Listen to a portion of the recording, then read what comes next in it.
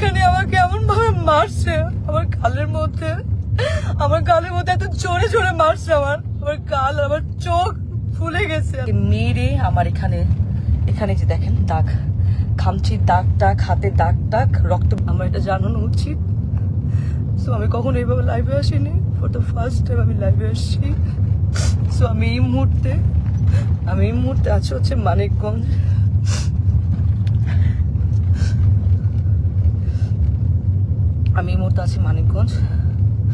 Manikganj director Rafat Majumdar, Rinku ভাইয়ের একটা কাজে আসছি ফিকশনে। এখানে আমার সাথে আছে তানজিন তিশা, সুদুজ্জামান সেলিম ভাইয়া, মোমেন আন্টি এবং অ্যাক্টর মিরাপি। তো আমি জানি না আসলে, গতকালকে আমার প্রথম সিন এবং গতকালকে আমি মানিকগঞ্জ আসি। এসে আমি তানজিন তিশা আপুর জন্য আমি খুব সুন্দর ঢাকা থেকে গিফট নিয়ে আসছিলাম, যে আমি তানজিন তিশা আপুকে গিফটগুলো দিব।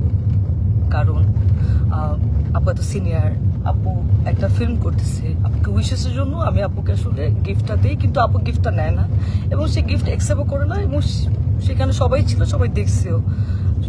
তো আমি কিছু বলি না যে উনি হয়তো গিফট নেয় নাই, ঠিক আছে, মেনে নিচ্ছি।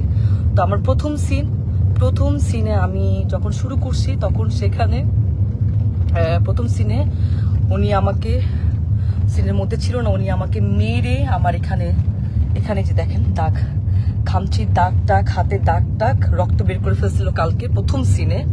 এবং সেইটা যখন মনিটরে এসে আমি যখন দাঁড়াইছিলাম, তখন রিঙ্কু ভাইয়া এবং সেলিম ভাইয়া দুজনেই বলতেছিল যে তিশার কি হয়েছে, তোমার সাথে কি কোনো ঝামেলা আছে আগে, ও তোমাকে এভাবে মারলো কেন, বা কি আসে বিষয়। আমি তখন আসলে এক পর্যায়ে আসলে আমি বলেই দিছিলাম যে হ্যাঁ, এর আগে আমি যখন আসলে নাটকে মুশফিকুর ফারহানের সাথে কাজ করতাম অ্যাজ এ কো আর্টিস্ট হিসেবে, তখন তিশা আপু আমাকে এরকম ফোন দিয়ে থ্রেট দিছিল যে হ্যাঁ, ফারহানের সাথে কাজ করতে পারবা না। আমাকে না, আরো অনেককে আসলে এরকম উনি ফোন দিয়ে থ্রেট দিছিল, যে পায়েলকেও, কেয়া পায়েল, তারপর আরো অনেককে এরকম ফোন দিয়ে উনি থ্রেট দিছে যে কাজ করা যাবে না।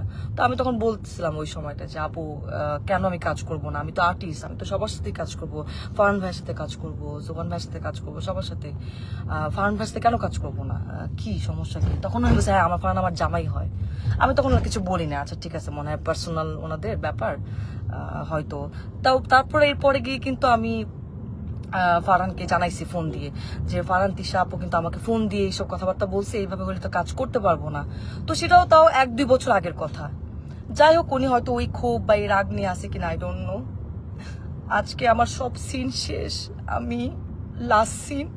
তো ওই সিনের মধ্যে লেখা ছিল যে আমি গিয়ে তিশাপুকে, সিনের মধ্যে লেখা আছে আমি গিয়ে তিশাপুকে চট দিব, এবং চট দেওয়ার পর উনি ওইখান থেকে চলে যাবে, এটা সিনের মধ্যে লেখা।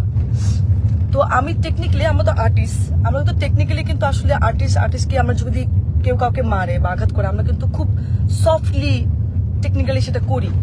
তো আমি তিশা আপুকে খুব আস্তে করে গালের মধ্যে জাস্ট একটু গালে হাত লাগাইছি। উনি চলে যাওয়ার কথা ছিল, কিন্তু উনি চলে না গিয়ে উনি সিনের মধ্যে, ক্যামেরা ওপেন ছিল, ক্যামেরা ওপেনে সিন চলতেছে, মানিকগঞ্জে এখানে অনেক মানুষ ছিল, তারপর ডিওপি ভাই আরো সবাই ছিল, এডিটর সবাই ছিল, উনি ওইখানে আমাকে এমন ভাবে মারছে, আমার গালের মধ্যে এত জোরে জোরে মারছে, আমার গাল, আমার চোখ ফুলে গেছে। আর আমি আমি আমি মানে কথা বলতে পারতেছিলাম না, আমার এই জায়গাটা এত জোরে লাগছে, তো আমি নিতে পারি নাই। এন্ড উনি এটা ইন্টেনশনালি করছে, এবং করার পর আমি বললাম যে আপু, এটা কি করলেন, আপনি কেন মারলেন আমাকে, আপনার তো এটা সিনে ছিল না। এন্ড উনি আমাকে যা তা গালাগালি শুরু করছে।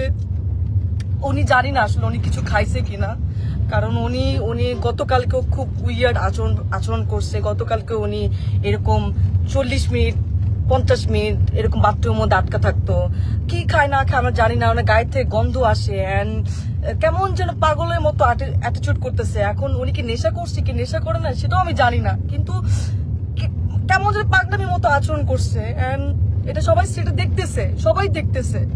তো উনি আমাকে চড়া মারার পর আমি বললাম যে আপু, আপনি এটা কি করলেন, আপনি কেন মারলেন আমাকে এভাবে, সবাই তো দেখছে। তো উনি আমাকে বলে, আমি পরে ওনাকে বললাম যে আমি কিন্তু অ্যাক্টর সিকিউরিটিকে জানাবো আপু, আপনি যে আমার সাথে এটা করলেন এটা আপনি ঠিক করেন নাই, আপনি আমাকে এভাবে মারতে পারেন না। তো উনি আমাকে বলে যে ও আচ্ছা অ্যাক্টর সিকিউরিটিকে জানাবা, ও ভাইরাল হবা, একটু ভাইরাল হতে চাও। আমি ওনার কথা শুনে অবাক হলাম যে একজন সিনিয়র আর্টিস্ট কিভাবে এই কথাগুলা বলে। অ্যান্ড উনি এত বছর ধরে কাজ করছে ইন্ডাস্ট্রিতে, উনি আরো আমাকে গাইড করবে, উনি আমাকে আরো হচ্ছে হেল্প করবে, কিন্তু উনি যদি উল্টা আমাকে এইভাবে নেগলেক্ট করে কথা বলে, তাহলে আমি আর্টিস্ট হই, আমি কিভাবে ওনার সাথে কাজ করব, কিভাবে করব বলেন। এন্ড ওইখানে সবাই আমাকে মানাতে আসছে, আমি সবাই দেখতেছে যে উনি আমার সাথে কারো ব্যবহার করতেছে, আপনারা আমাকে কি মানাবেন। তো আর্টিস্ট হয়ে তো আর্টিস্টের কাছ থেকে এটা তো আমরা একসেপ্ট করতে পারি না। আমাকে এমন ভাবে মারছে, আমার এক পাশে কারের তুলো কোথায় পড়ে গেছে, আমার কোনো কিছু খেয়াল নাই। তো আমি এখন ঢাকায় চলে আসতেছি, আমি অ্যাক্টর সিকিউরিটিকে জানাবো যে একজন সিনিয়র আর্টিস্ট হয়ে এইভাবে যদি আর্টিস্টকে স্ক্রিনের মধ্যে শুটে যদি এভাবে মারে এবং যাচ্ছে তাচ্ছে ভাবে খারাপ ব্যবহার করে, তাহলে তো সেটা মেনে নেওয়া যায় না, এইভাবে তো কাজ করা যায় না। আমি তো এর আগেও মেহজাবিন আপুর সাথে কাজ করছি, কাজলের দিন রাত্রি, সেখানে বিকি ভাইয়ের কাজ করছি। কই মেহজাবিন আপু তো আমাকে এত সুন্দর করে কিভাবে কাজ করতে হবে আমাকে সাজেশন দিছে, আমাকে এত সুন্দর করে ট্রিট করছে। তোমার কাছ থেকে আমি শিখছি, আমি তো ভাবছি আমি তিশা আপুর কাছ থেকে শিখবো, কিন্তু তিশা আপু আজকে যেটা করলো এটা এটা এটা তো আমার সাথে অন্যায় হয়েছে, এটা তো ঠিক হলো না, এটা তো একদমই ঠিক হলো। আমি তো কাজ করতে গেছি, আমি তো আসলে এটা তো আমি আশা করি নাই। তো যাই হোক, এখন সেলিম ভাইয়া ওনারা সবাই এখানে ছিলেন, সেলিম ভাইয়া ওনারা সবাই দেখছে, এখন ওনারা জানে ওনারা কি ডিসিশন নিবে। কিন্তু আমি ঢাকায় যাচ্ছি, আমি অ্যাক্টর সিকিউরিটিকে জানাবো যে ওনারা আসলে কি ব্যবস্থা নিবে। এবং আজকে যদি এরকম একজন আর্টিস্টের সাথে কাজ করে, মানে আমার যদি এই অবস্থা হয়, তাহলে যারা কাজ করছে প্রিভিয়াস বা তারাই বা কি ফেস করছে। তো আমি তো সবসময় আশা করি যে আমি যারা সিনিয়র, যারা মেহজাবিন আপু বা যাদের সাথে কাজ করব, কখনো সামনে যখন কাজ করব, তাদের কাছ থেকে আমি শিখবো।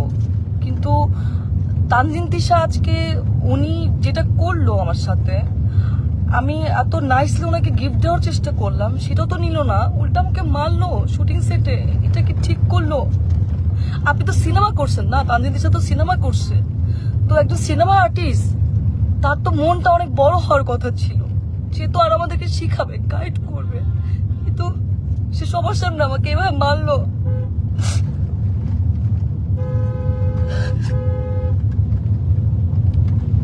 যাই হোক, আমি ঢাকায় যাচ্ছি, আমি অ্যাক্টর সিকিউরিটি ওনাদেরকে জানাবো, দেখি ওনারা কি ব্যবস্থা নেয়।